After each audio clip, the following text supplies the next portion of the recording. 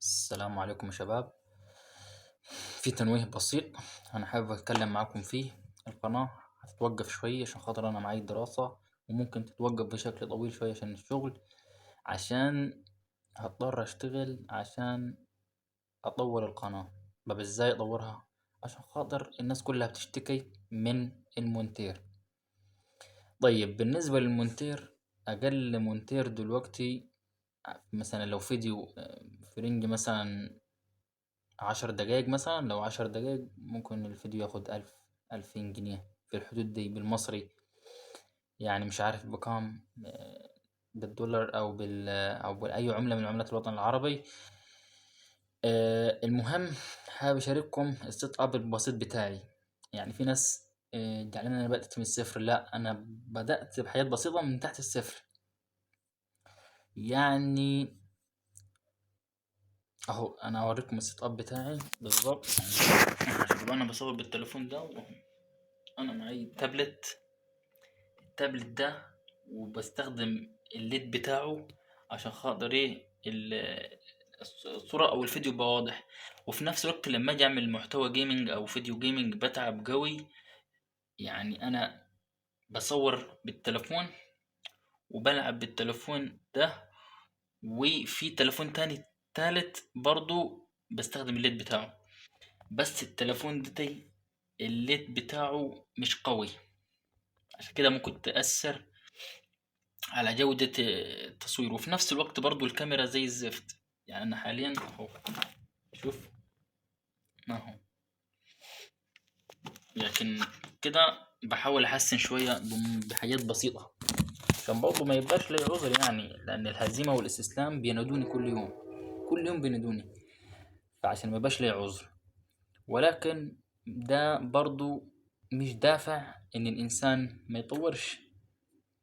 بس أنا اللي عرفته يا شباب متأخر، ان الريتنشن تمام اللي في يوتيوب استوديو بيقول لي ان مفيش حد بيتفرج بيكمل الفيديو اصلا.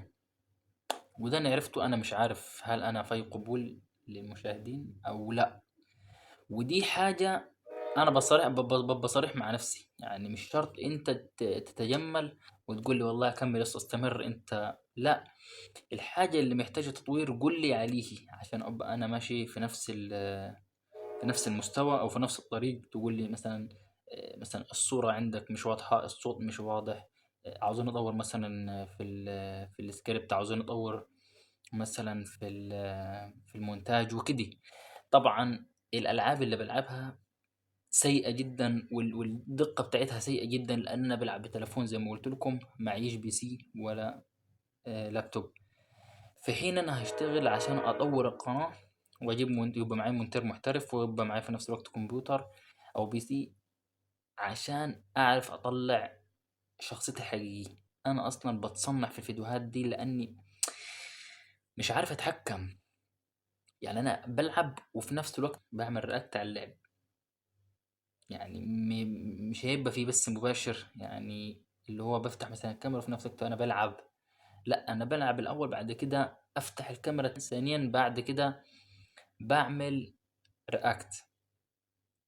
يعني مش بلعب زي الناس اللي معاها كمبيوتر وكاميرا وبيفتح، فبيبقوا متساويين مع بعض. يعني اول ما يضغط بدء الكاميرا تصور والشاشة تسجيل الشاشة يصور. لا، انا مش بعمل كده. انا بسجل الشاشة الاول، وبعد كده بصور نفسي وانا بعمل رياكت على تسجيل الشاشة دي. عشان كده المود بيبقى وحش وبيبقى متصنع. بس ودي كانت كل الحاجات اللي انا كنت عاوز اقولها. وشكرا للداعمين والمشاهدين فعلا وقفوا بقلبهم. وإن شاء الله استنوني في تطوير قريب وادعوا لي، وإن كان لنا نصيب في النجاح إن شاء الله ربنا يقربه بإذن الله. والسلام عليكم ورحمة الله وبركاته.